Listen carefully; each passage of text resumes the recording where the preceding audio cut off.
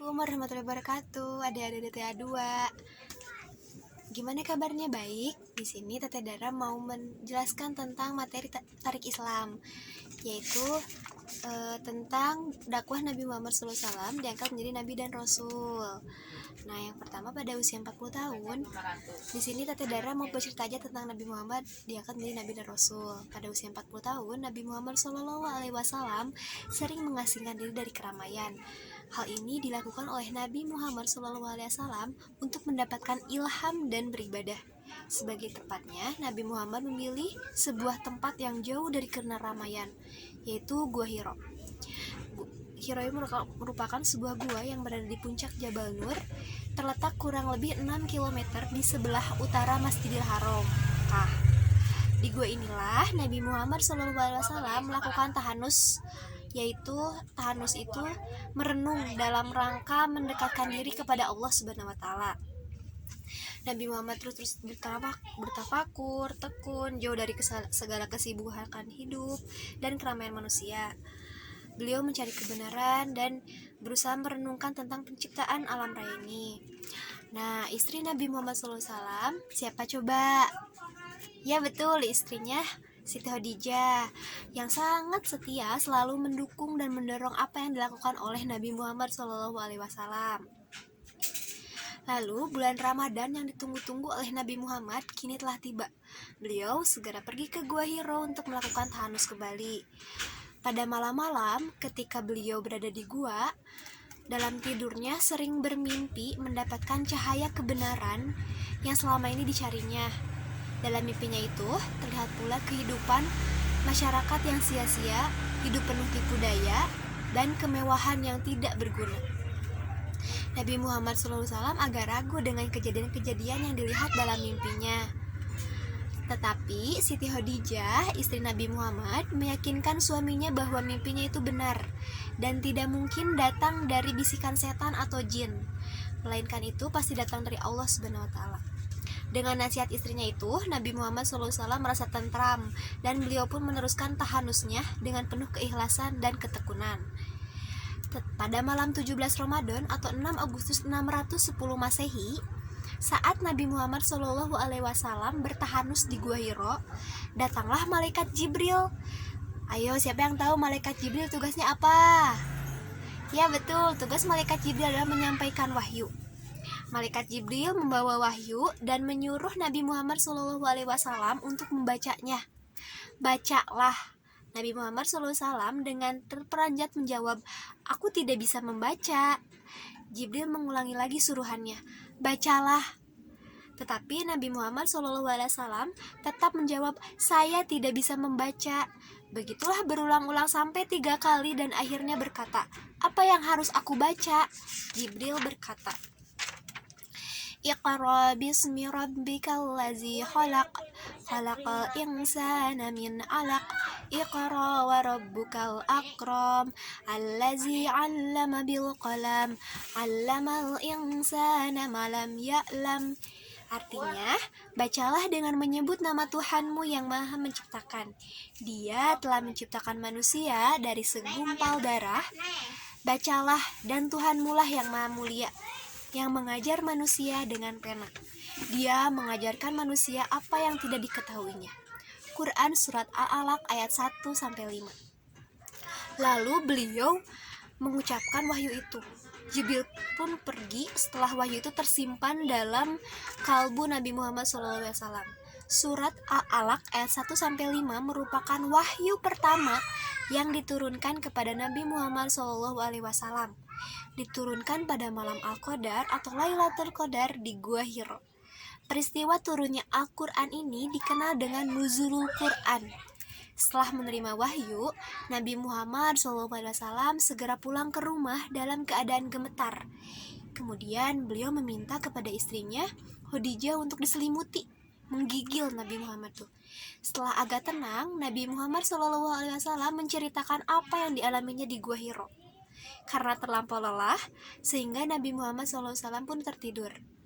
Sementara itu, Khadijah istrinya pergi ke rumah anak pamannya yang bernama Warokah bin Naufal.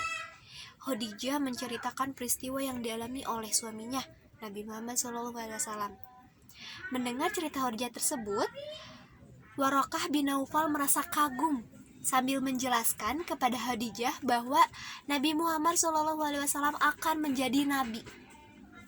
Kemudian katakanlah kepadanya agar dia dapat tenang. Setelah mendapat penjelasan dari Warokah bin Naufal, Khadijah segera kembali ke rumah. Setiba di rumah, Khadijah menyampaikan berita gembira itu kepada suaminya dengan kata-kata yang lemah lembut dan penuh ketenangan bahwa yang diterima oleh suaminya itu merupakan wahyu dari Allah Subhanahu wa taala. Hal ini menandakan bahwa beliau diangkat menjadi nabi dan rasul Allah Subhanahu wa taala. Lalu, setelah Nabi menerima wahyu pertama yang menandakan beliau diangkat menjadi nabi dan rasul, Nabi Muhammad SAW tidak segera berdakwah, tetapi menunggu perintah terlebih dahulu selama kurang lebih 2,5 tahun. Beliau berharap-harap cemas menunggu wahyu berikutnya yang akan memberi petunjuk apa yang harus beliau lakukan selanjutnya. Perintah yang ditunggu-tunggu pun akhirnya datang juga berupa wahyu kedua, yaitu surat Al-Mudaththir ayat 1-7 yang berbunyi, Bismillahirrahmanirrahim. Ya ayyuhal mudaththir kum fa'anzir wa rabbaka fakabbir wa thiyabaka fatahhir wa ruzza fahzur wa la tamnun tastakthir wa li rabbika fasbir. Artinya, wahai orang-orang yang bergumul atau berselimut, bangunlah, lalu berilah peringatan, dan agungkanlah Tuhanmu, dan bersihkanlah pakaianmu, dan tinggalkanlah segala perbuatan yang keji. Dan janganlah engkau, Muhammad, memberi dengan maksud memperoleh balasan yang lebih banyak, dan karena Tuhanmu bersabarlah. Quran Surat Al-Mudaththir ayat 1-7. Dengan turunnya wahyu tersebut, jelaslah apa yang harus dilakukan dalam menyampaikan risalahnya, yaitu mengajak umat manusia menyembah Allah Subhanahu wa taala. Dan sejak saat itulah mulailah Nabi Muhammad menyiarkan agama Allah kepada seluruh manusia. Dakwah yang dilakukan oleh Nabi Muhammad SAW mula-mula dilakukan dengan cara sembunyi-sembunyi atau secara rahasia. Hal ini dilakukan untuk menghindari rintangan dan tindakan buruk orang-orang Quraisy yang fanatik terhadap agama nenek moyangnya.